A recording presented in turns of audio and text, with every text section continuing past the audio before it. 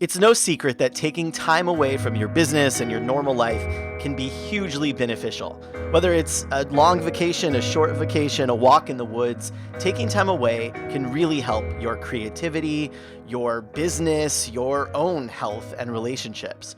But I've never been able to take more than a couple of days at a time. My entire adult life, I've always worked somewhere where I could never take more than 5 or 6 days off in a row.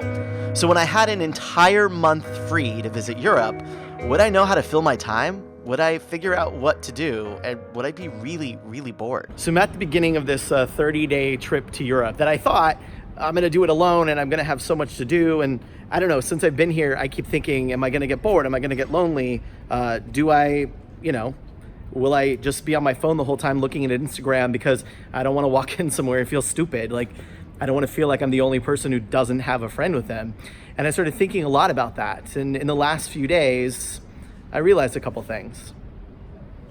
How infrequently we actually spend time with ourselves. And not that we need to go up to the top of a mountain and meditate and find the perfect place to be quiet or leave your home, but that in the middle of everything, you can take a little time to just be alone. Because we often aren't thinking of like all of the thoughts and all of the things that are happening. And what I found so far is that when I did spend time with myself, I had all kinds of ideas. I was able to really think about what I was trying to create, or maybe I just was thinking of nothing, but my mind was taking a little break from it all because probably like you, I'm always thinking of something.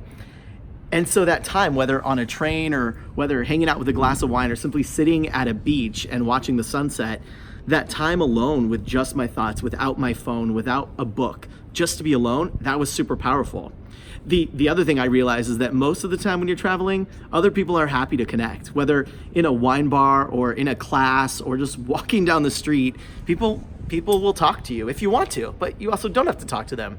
One of my other favorite things to do is to offer to take pictures for people. It gave me just a moment to connect with them and offer to take a picture for a group. And I don't know, those days where I needed like a friendly smile or I just needed human interaction, I offered to do something like that and it gave me what I needed.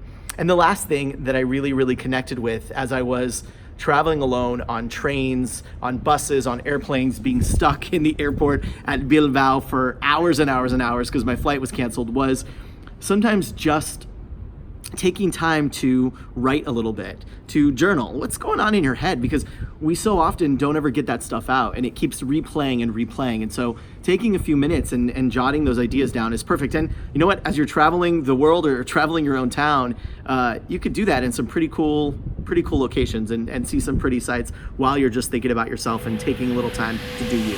Just ride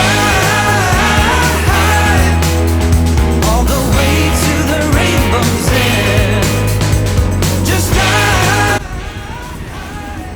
So one of the things that keeps happening is it keeps raining. And so I have these ideas and these plans and the rain keeps ruining them. Or the rain just gives me a chance to find a way to improvise, to think of another way to make use of it. So the classic thing we would do in improvisation is to say yes and. So it's raining and I'm here, so maybe that means it's a good time to go grab a beer at a brewery or get a glass of wine or tuck away somewhere with a book and just hang out for a little bit and enjoy it instead of being mad about the fact that it's raining, because you can't change it anyway. So whether tucking in somewhere or joining a bunch of other people who are working and listening to records, or simply walking around the city, taking a train to nowhere in particular, or just hanging out in a park, I found lots of ways to reinvigorate my creativeness and just connect with myself. And I think we all need that sometimes.